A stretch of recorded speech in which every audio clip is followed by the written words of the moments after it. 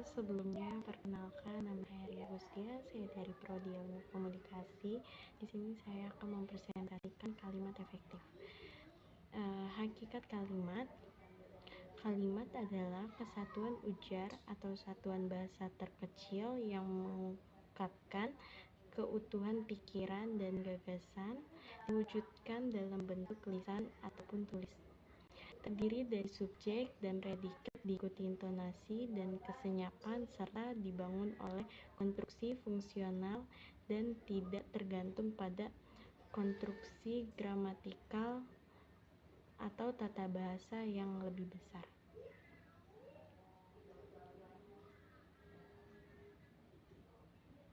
Selanjutnya ada pengertian kalimat efektif. Sebagai alat komunikasi, kalimat dikatakan efektif apabila mencapai sarana dengan baik.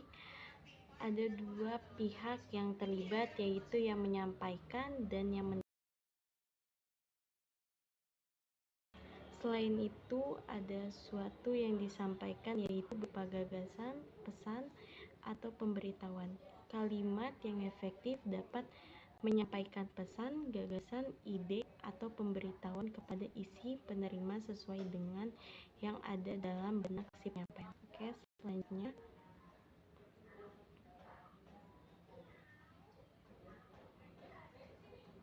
pengertian kalimat efektif. Banyak definisi yang menjelaskan makna dan tujuan dari kalimat efektif tersebut. Namun, pada dasarnya dari beberapa definisi tersebut banyak memiliki kesamaan, yakni bahwa kalimat efektif adalah kalimat yang menggunakan kata hemat, namun ide pesan yang ingin disampaikan dapat diterima dengan sama.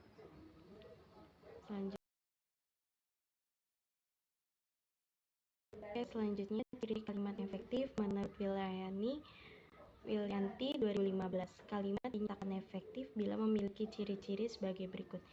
1. Kesatuan gagasan. Kalimat efektif hanya mengandung satu gagasan, 2. Kesepadanan, 3. Kesejajaran, 4. Kehematan, 5. Kelogisan, 6. Kecermatan, 7. Kebervariansian, 8. Ketegasan, 9. Ketetapan, 10. Kebenaran struktur, dan 11. Keringkasan. Terus ada prinsip-prinsip kalimat efektif. Kalimat efektif memiliki prinsip-prinsip yang harus dipenuhi, yaitu 1. Kesepadanan, 2. Keparalelan, 3. Kehematan kata, 4. Kecermatan, 5. Ketegasan, kepaduan, dan terakhir itu ada kelogisan kalimat. Selanjutnya itu ada prinsip-prinsip kalimat efektif. 1. Kesepadanan struktur. Kesepadanan adalah keseimbangan antar gagasan atau pikiran dengan struktur bahasa yang dipakai dalam kalimat. Kesepadanan dalam kalimat ini diperlihatkan dengan adanya kesatuan gagasan dan kesatuan pikiran. Yang A memiliki subjek dan predikat yang jelas. Contohnya seperti bagi semua siswa kelas 2 harus mengikuti kegiatan study tour. Itu kalimat tidak efektif. Yang kalimat efektifnya adalah semua siswa kelas 2 harus mengikuti kegiatan study tour. Terus selanjutnya masih prinsip-prinsip kalimat efektif. Yang B itu tidak memiliki subjek yang ganda di dalam kalimat tunggal. Contohnya pembangunan jalan. Itu kami dibantu oleh semua warga desa. Itu tidak efektif. Yang efektif adalah membangun jembatan. Itu kami dibantu oleh semua warga desa. Selanjutnya masih prinsip-prinsip kalimat efektif. Paralelan bentuk. Kalimat efektif memiliki kesamaan bentuk kata yang digunakan di dalam kalimat. Yang dimaksud dengan kesamaan bentuk kata adalah jika kata pertama bentuk verba, maka kata selanjutnya berbentuk verba. Namun jika kata pertama berbentuk nomina, maka kata selanjutnya berbentuk nomina juga. Terus sini selanjutnya ada contohnya. Contohnya tahap terakhir menyelesaikan gedung itu adalah kegiatan pengecatan tembok, pemasangan penerangan, pengujian sistem pembagian air, dan pengaturan tata ruang.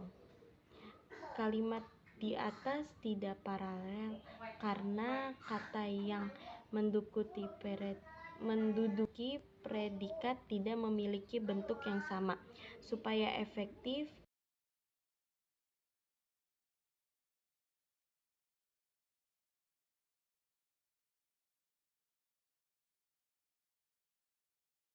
predikatnya harus diubah menjadi kata benda semua, menjadi seperti di bawah ini. Tahap terakhir penyelesaian gedung itu adalah kegiatan pengecatan tembok, pemasangan penerangan, pengujian sistem pembagian air, dan pengaturan tata ruang.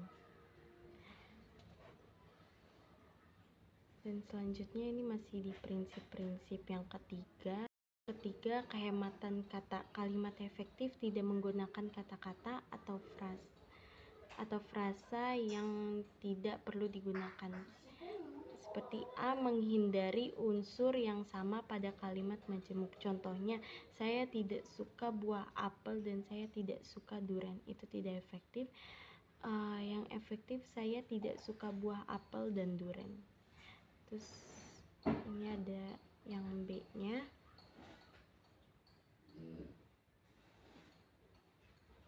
B, menghindari sinonim dalam kalimat. Contohnya, saya memiliki 3 buah buku saja.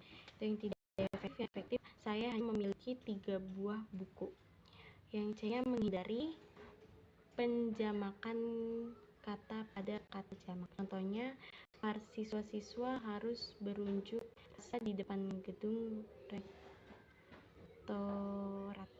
Itu yang tidak efektif. Yang efektif, para mahasiswa berunjuk rasa di depan gedung rektorat. Itu yang efektif.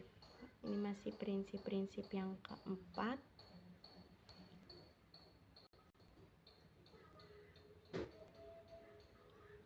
Yang keempat itu kecermatan. Yang dimaksud kecermatan adalah cermat dan tepat dalam memilih kata sehingga tidak menimbulkan kerancuan dan makna ganda. Contohnya, guru baru pergi ke ruang guru. Itu kalimat yang tidak efektif. Guru baru pergi ke ruang guru, itu kalimat yang efektif. Kita lanjut ke prinsip yang kelima. Yang kelima itu ketegasan. Kalimat efektif memberikan penegasan kepada ide pokok sehingga ide pokok menonjol di dalam kalimat tersebut.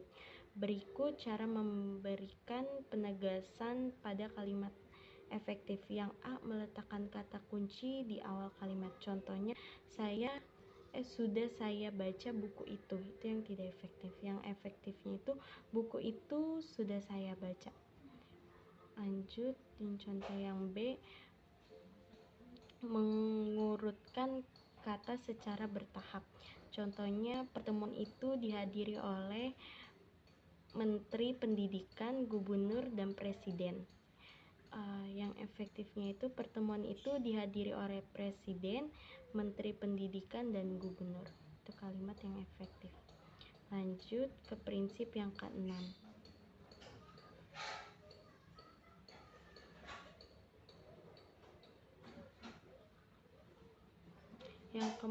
Yang keenam itu ada kepaduan. Kalimat efektif memiliki kepaduan pernyataan sehingga informasi yang disampaikan tidak terpecah-pecah. Contohnya, Budi membicarakan tentang pengalaman liburnya. Itu kalimatnya kurang efektif. Yang efektif itu Budi membicarakan pengalaman liburan.